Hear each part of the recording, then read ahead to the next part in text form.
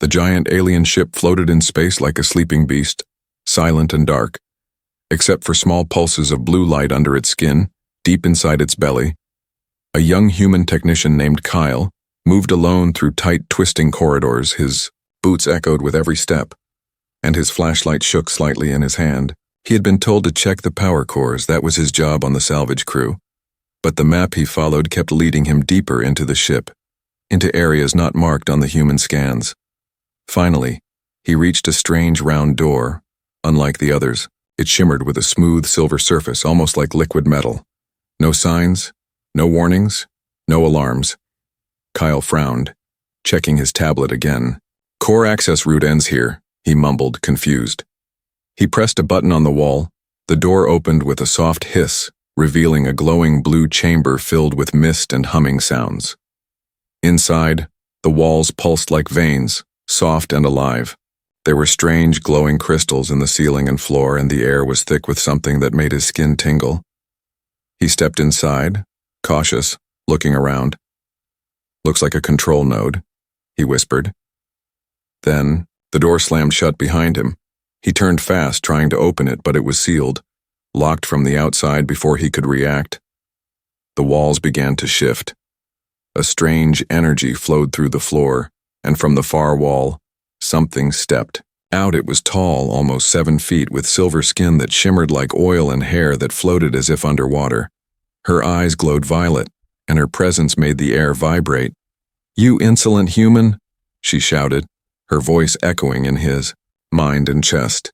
"You've entered the wrong orifice, one you've defiled." Kyle froze, eyes wide. "Wait, what?" he stuttered. "This chamber is sacred," she hissed, stepping closer, her long fingers glowing with energy. "It was never meant for your kind, not for your eyes, not for your hands." "I didn't know," Kyle said quickly, raising his hands. "I was just following the ship's pathfinder. It brought me here." "You lie," she said sharply, her eyes narrowing. "Only one with Mistress blood can enter this place. The ship would never allow this unless—" She stopped, staring at him with new curiosity. Then she raised her hand and the walls responded. Tendrils grew from the corners and reached for Kyle like vines. He struggled, yelling, "Hey, stop! I said I didn't mean to!" The ship hesitated.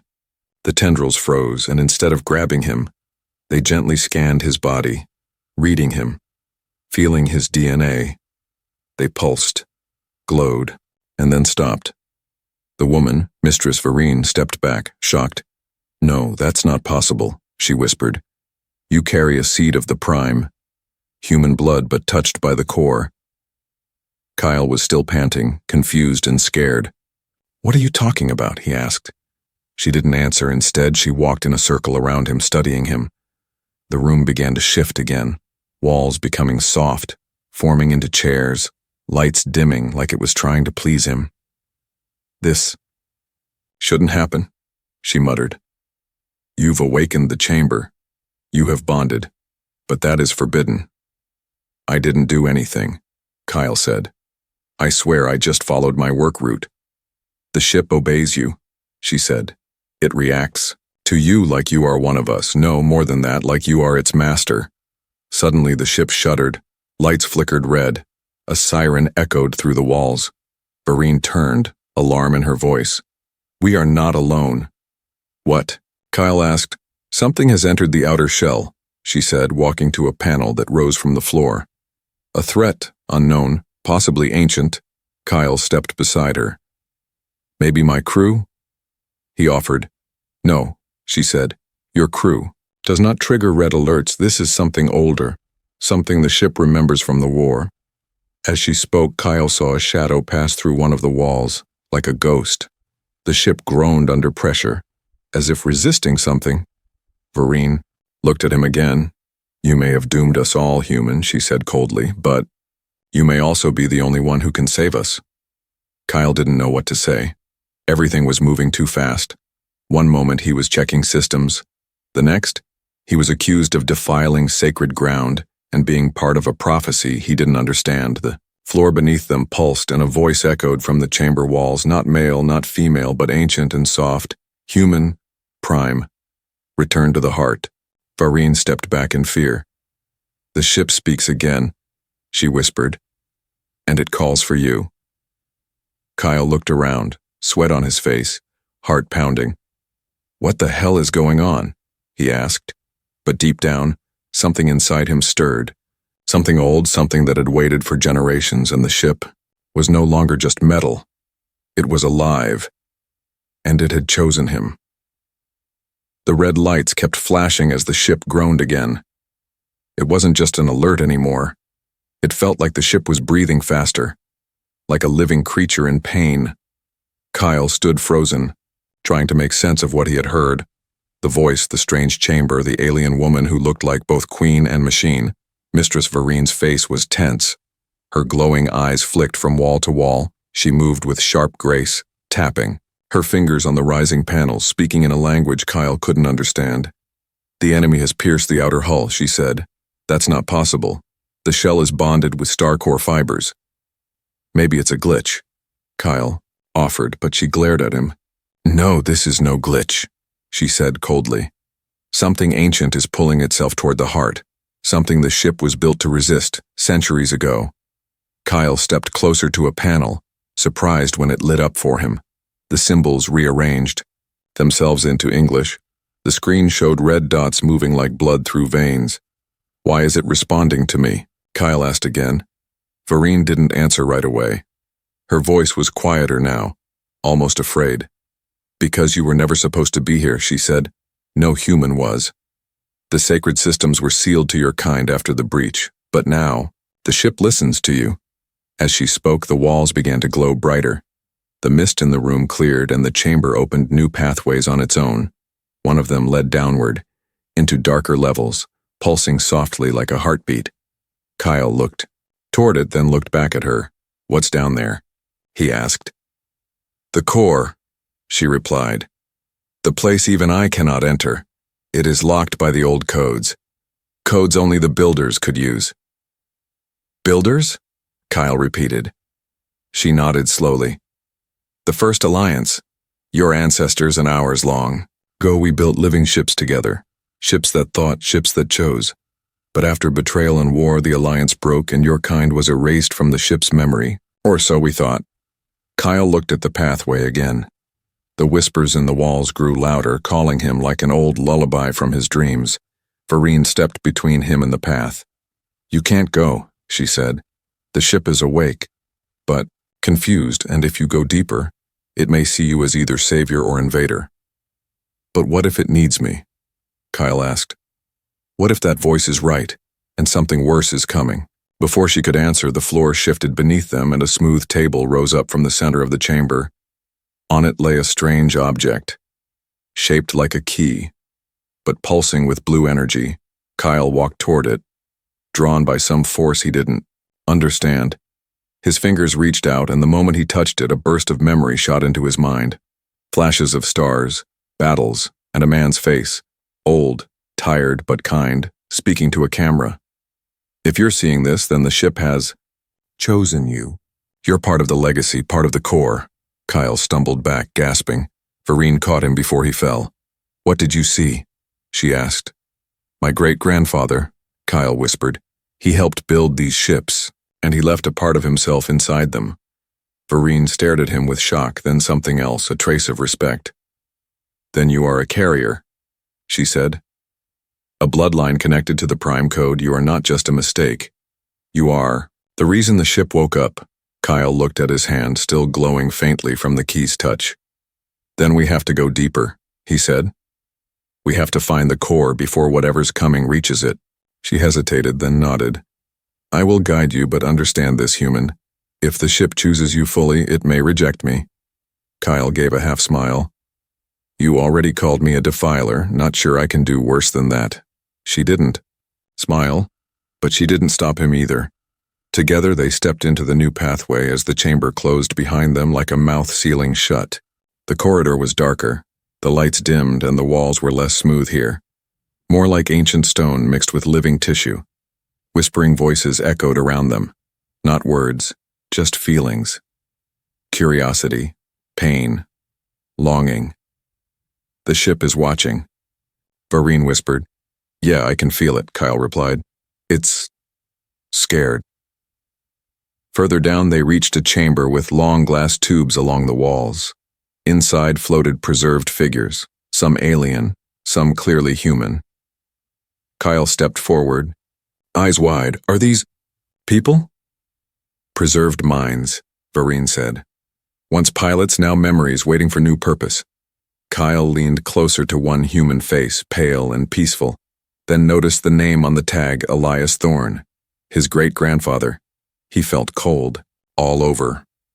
He's here, Kyle whispered. Still here.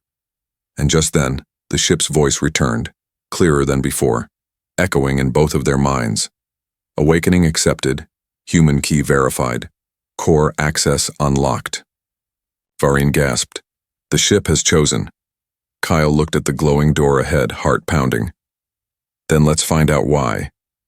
And behind them, in the shadows of the ship, something old and hungry was waking too. The glowing door opened slowly, light pouring out like a river of gold. Kyle stepped in first, his fingers tingling as if touching old memories. Vareen followed silently, her eyes alert, her muscles tense. Inside, the chamber was round and smooth, the walls made of crystal and metal that pulsed with life. In the center stood a floating orb, spinning gently. Lines of data moved across its surface like veins under skin. Kyle stepped closer, and the orb stopped spinning. A single beam of light connected with his forehead. He didn't scream, but his breath caught. His eyes widened as visions rushed into his mind. He saw Earth, not the one he knew, but an older Earth, where humans worked side by side with tall, silver-skinned aliens, building massive ships in orbit. Their hands moved in harmony, their minds connected through machines and trust.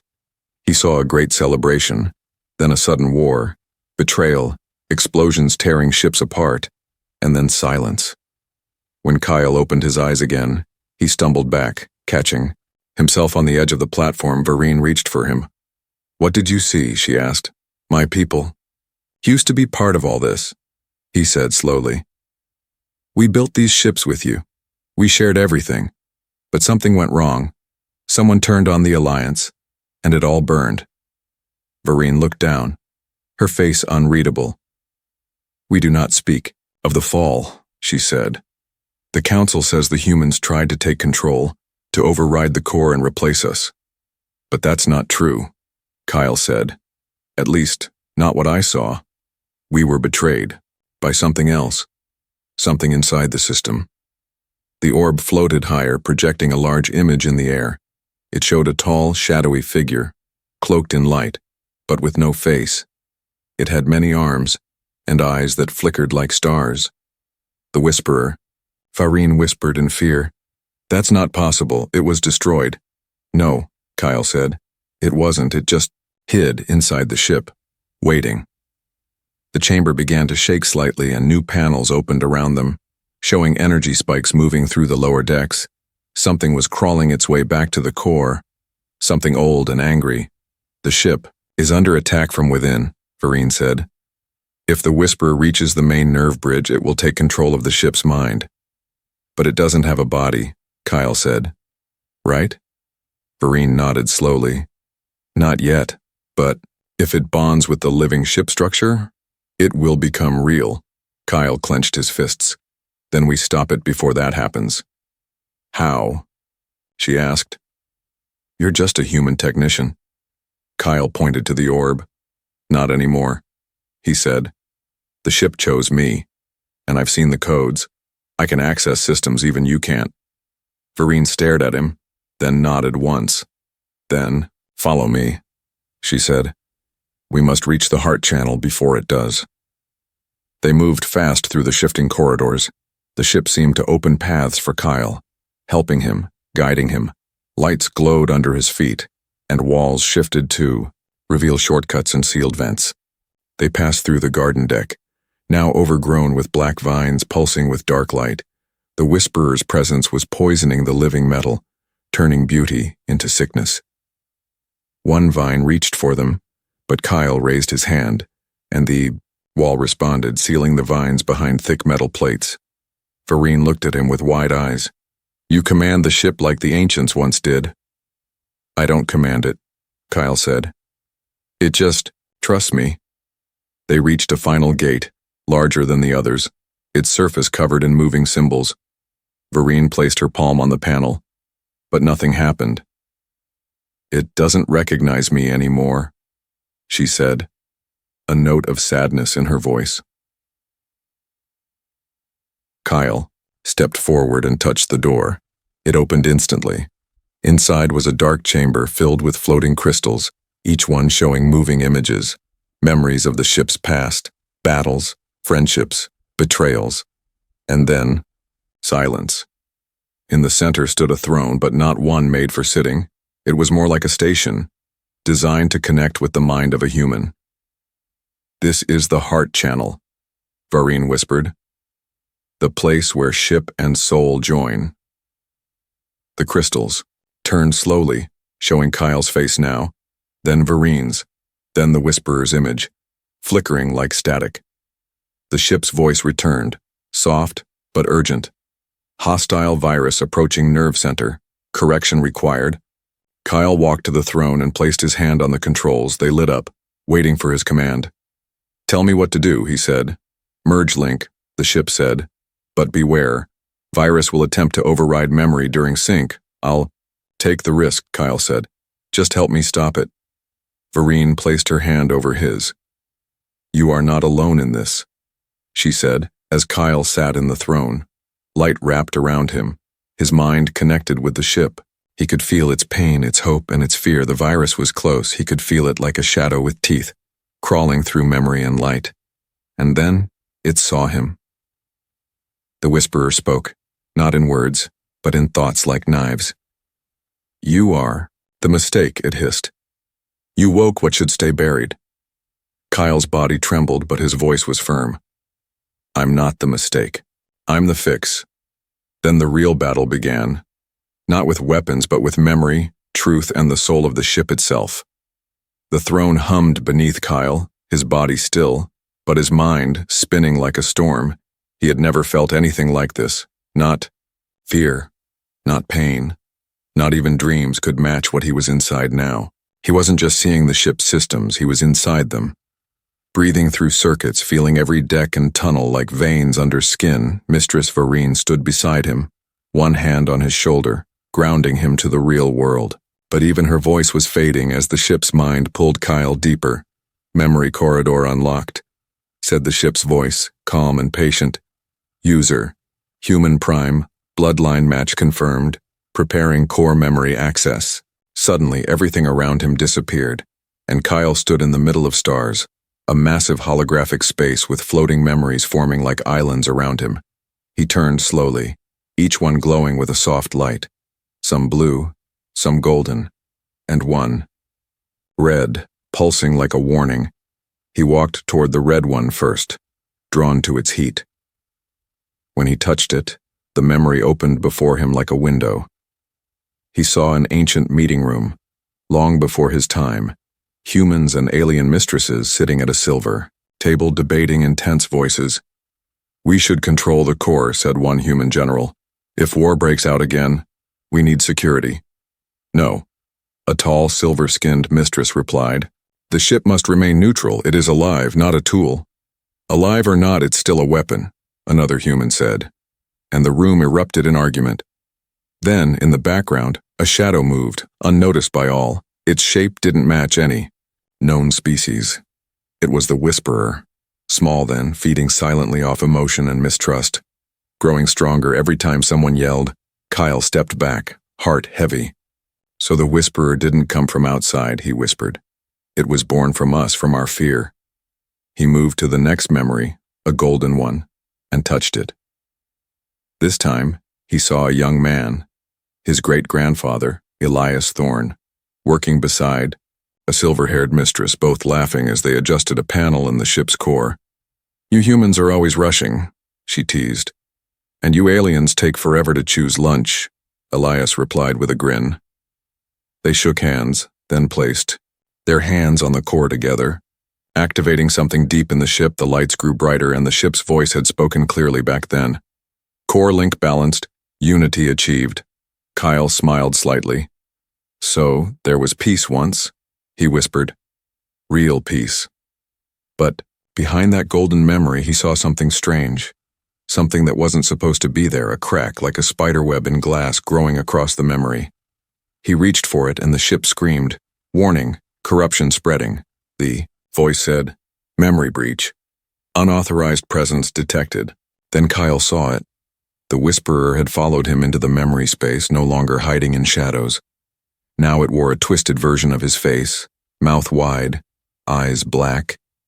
It stepped forward with words like oil. Your ancestors invited me. It said, you just reopened the door. Kyle backed away, but he wasn't alone this time. From behind him, the golden memory of Elias stepped forward, glowing softly. Not just a recording, more like a copy of his mind. Hey kid, Elias said, smiling. Looks like you found the mess we left behind, Kyle gasped. You're real? Alive? Sort of, Elias replied. The ship copied our minds before the war to protect the legacy. I'm just a shadow, but I can help. The Whisperer screamed, and the stars around them began to bend, pulling memories apart like ribbons. Kyle winced, clutching his head. What do I do? He shouted. Anchor yourself, Elias said. Use your living mind to stabilize the ship's soul. I'll hold this parasite off as long as I can. Kyle closed his eyes, breathing deep. He focused on one memory, his mother's voice, reading him stories when he was a child, the sound of waves on Earth's beaches, the feeling of tools in his hand when he fixed his first engine. The ship responded, memories aligning like stars falling into place. The spinning slowed, and the lights began to heal. The Whisperer hissed, its form cracking. This ship belongs to the void, it growled. No, Kyle said, his voice steady now. It belongs to those who remember and those who build. A burst of golden light shot from the core, hitting the Whisperer, forcing it to dissolve into shards of darkness, screaming as it vanished into the cracks between memories. The chamber calmed, the stars around Kyle slowly faded, and the orb returned floating beside him, virus repelled, the ship said. Core stabilized, processing legacy. Kyle opened his eyes back in the real world, sweating, heart pounding but alive.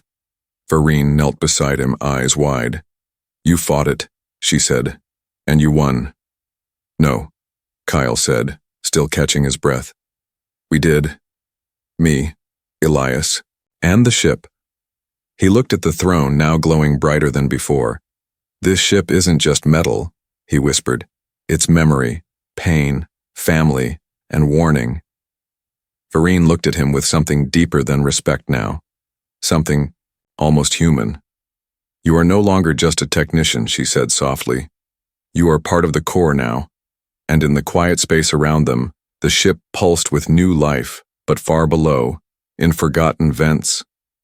A small shard of darkness still twitched, waiting. The throne room pulsed with quiet energy. The danger had passed, but not completely. Kyle sat on the glowing seat, his chest rising and falling slowly. The ship's voice was quiet now, resting, healing, but the silence wasn't peaceful. Mistress Vereen stood a few steps away, arms crossed, her eyes fixed on Kyle, not with hatred, but something harder to name. Her expression was caught between wonder and fear. You carry the code of my ancestors, she said softly, yet you are human, fragile, illogical, loud. Kyle gave a tired smile. Thanks for the compliment. She ignored his tone, stepping closer. You restored the memory chamber, fought the Whisperer inside the core, and you did it without training, without knowledge, only instinct. I followed the truth, Kyle said. That's all. Vereen stared at him, her voice lowering. Do you know what your kind did to us? She asked. When the alliance broke, when the Whisperer infected the systems, we thought it was your fault. Your species became the story we told our children when they asked what went wrong. Kyle nodded. I saw the memories. I saw the fear, the betrayal. But it wasn't just humans. No, she admitted, her voice almost a whisper now. But that didn't matter. Fear needs a target. And we chose you. They stood in silence for a long moment, the ship's quiet breath, between them. Then a light blinked near the chamber wall. An incoming transmission. Vareen stepped toward it and tapped the panel. A shimmering image appeared. It was the High Council of the Mistresses, their faces sharp and cold, their voices firm. Status. Report, Vareen, said the lead mistress. The human has entered the forbidden system, explain. Vareen looked at Kyle, then back to the council. He was drawn in by the ship. The Corps recognized him. He carries the prime code. That is impossible, snapped another council member. No human should survive Corps contact. But he did, Vareen said. He repelled the virus, restored corrupted memories, and activated systems locked for centuries. The council members whispered among themselves. Then the lead mistress leaned forward. Then he is a threat. Vareen's eyes widened slightly. What? Any being who can override our systems even by accident must be eliminated, the voice said, calm and cruel. Before the whisperer rises again, we cannot risk another collapse. Kyle took a step forward. You're going to kill me. For fixing your ship? You destabilized a sacred balance, the council replied. The ship chose you, not us. That cannot be allowed. The call ended without further words. The screen fading into darkness, Vareen stood frozen. Her hands clenched at her sides. Kyle looked at her, his voice low. Are you going to follow their order? She didn't answer. Not right away. Instead, she walked to the edge of the platform, looking out at the ship's internal architecture. Huge veins of light and floating pathways, all alive, all connected to the throne. I was trained to obey, she said finally, to honor the council, protect the ship, and destroy any threat. Kyle waited. But I watched you choose to fight for something you didn't even understand, she said, turning back to him. And I watched the ship choose you over me. I didn't want that, Kyle said. I just wanted to help. I didn't even know I was part of this. She took a step closer, her voice shaking now. Do you know what it feels like to be replaced? To be called mistress for years only to be ignored by the very system you swore to protect? Kyle nodded. I know what it's like to be unwanted. Back home I was just a maintenance worker, patching old machines. No one noticed me until I went missing. He looked up at her. But I'm not here to take your place, Vareen. I think we're supposed to do this together. She blinked, surprised. Together? He stepped forward, holding out his hand. You said this ship was built by two species bonded by trust. Maybe we're supposed to restore that now. Vareen stared at his hand, her expression unreadable. Then she slowly reached out and placed her hand in his. The ship responded instantly. The lights grew warmer, the pathways ahead opened, and the core began to pulse with renewed strength. Then the alarm rang. A child's voice echoed through the ship's speakers, not human, not alien, but mechanical and emotional at once. Intrusion in Deck 9, unauthorized entry. Whisper signature detected. Kyle turned to Vareen. It's not over. No, she said. It's begun again. They rushed out of the chamber, moving down the glowing corridors. Kyle still linked with the ship. Vareen now allowed back into its systems too.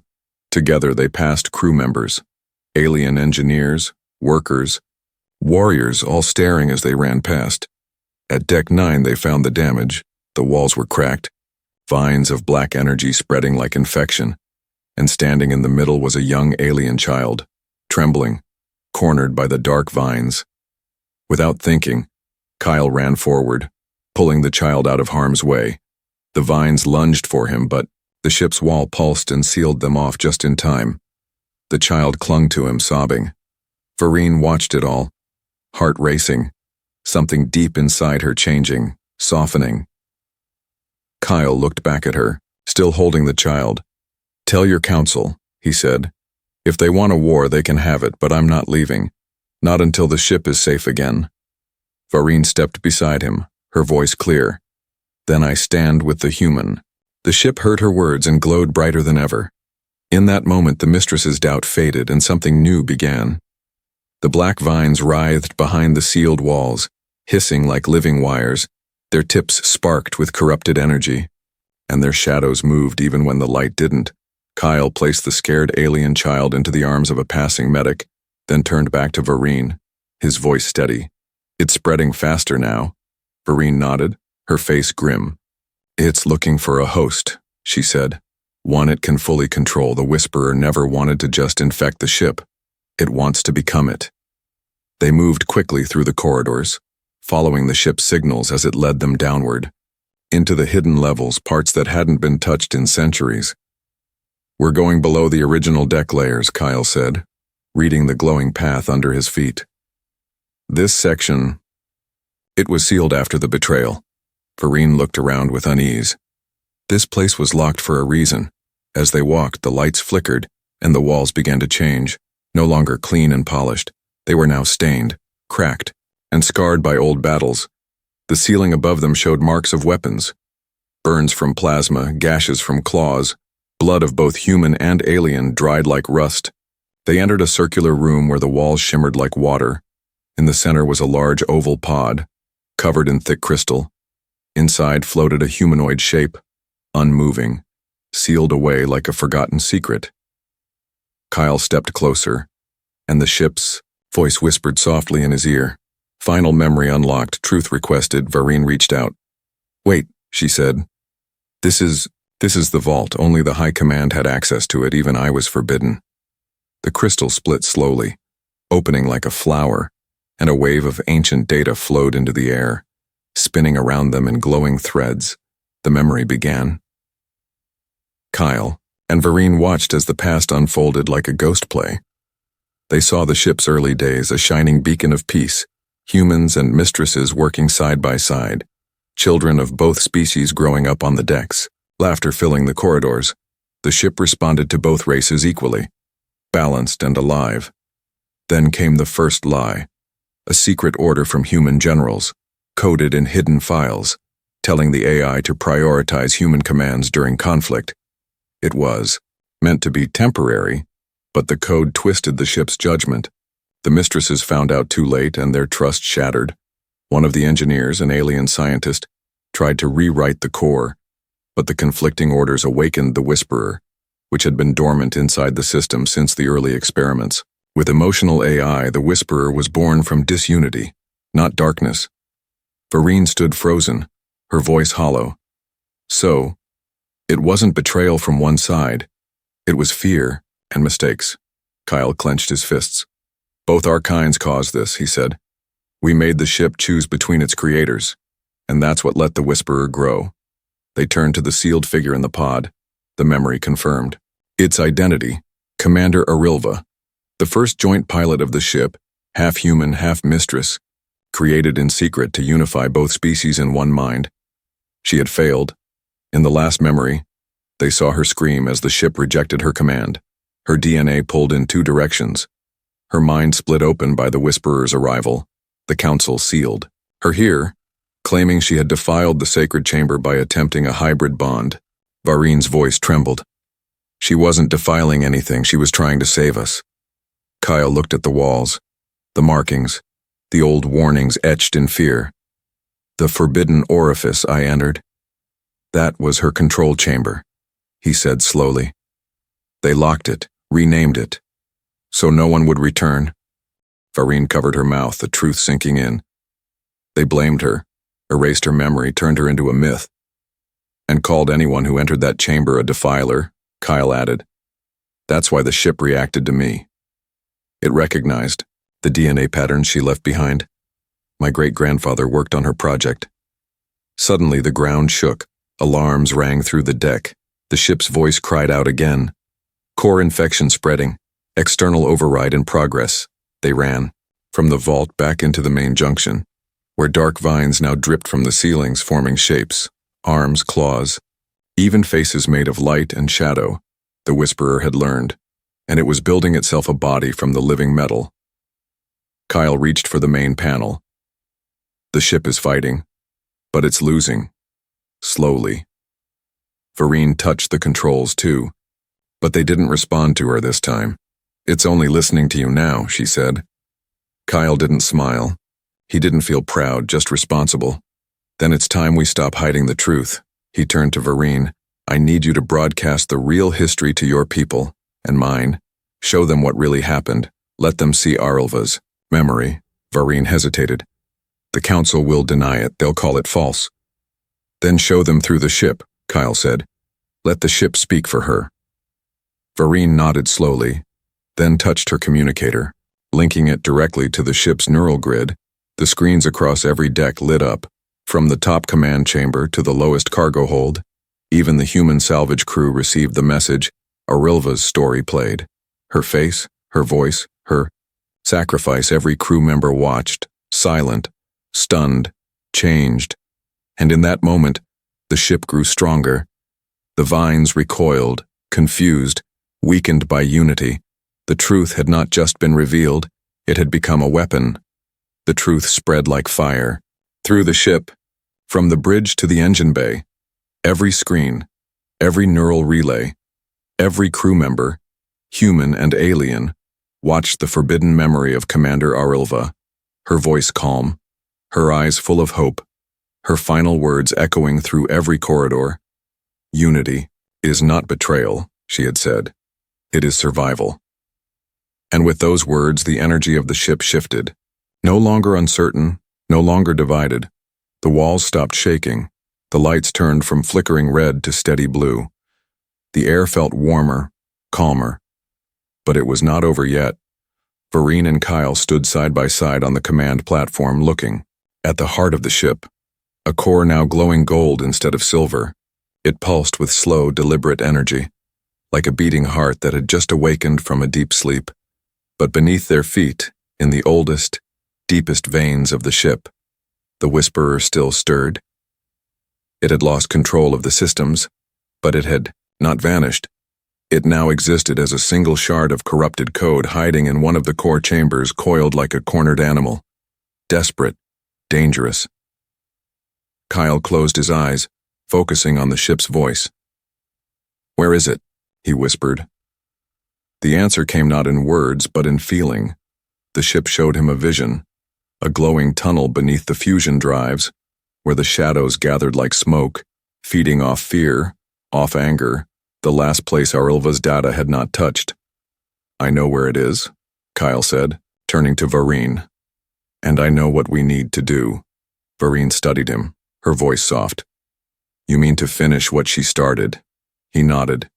She tried to bond both species through a shared pilot, half human, half Mistress. The ship rejected her then, but now it remembers, and it's ready. Vareen stepped closer, lowering her voice. "If we do this, there's no going back. We'll be part of the ship, permanently." Kyle smiled faintly. "Better than being part of a grave."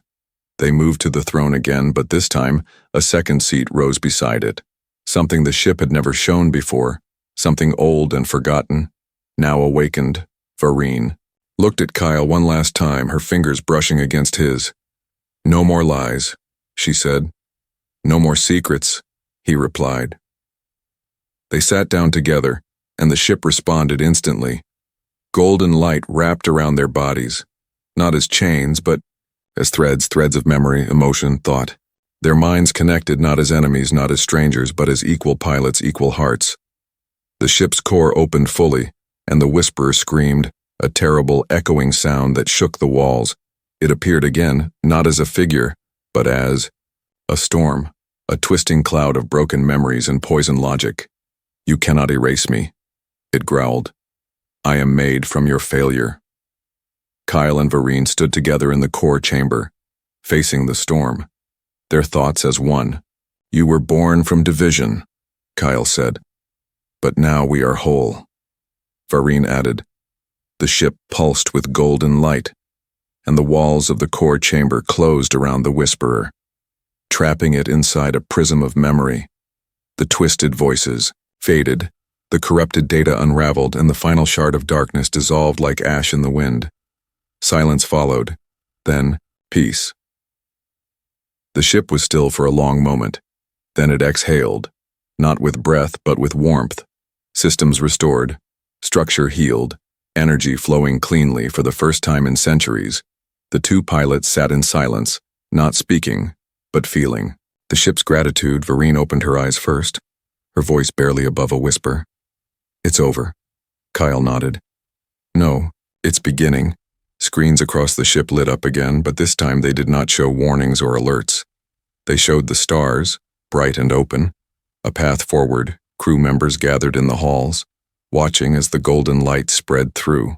The decks healing cracks, sealing wounds, even the plants in the overrun gardens began to bloom again. The council called again, but their voices were different now. Quieter, unsure. Vereen answered them with calm pride. The ship is safe. The virus is gone and the truth has been restored, and the human? One counselor asked. Vereen glanced at Kyle, who was helping a technician repair a broken console with a smile on his face. He is no longer just human, she said. He is unity. The council said nothing more. Later, in the observation deck, Kyle watched the stars outside, hands resting on the glass. Vereen stood beside him, both silent for a while. So, he said finally, what do we name her now? Vereen looked out into space, eyes soft. Not Mistress, not Defiler, not Warden, she said. He smiled. How about Unity? She nodded slowly. Yes, that fits. And so the ship was renamed Unity, not because it was perfect, but because it had chosen to heal, because two souls had chosen trust over fear, truth over silence. As the ship powered up, engines burning, bright Kyle and Vereen stood together at the helm, not as soldier and stranger, but as one voice, one heart, one bond.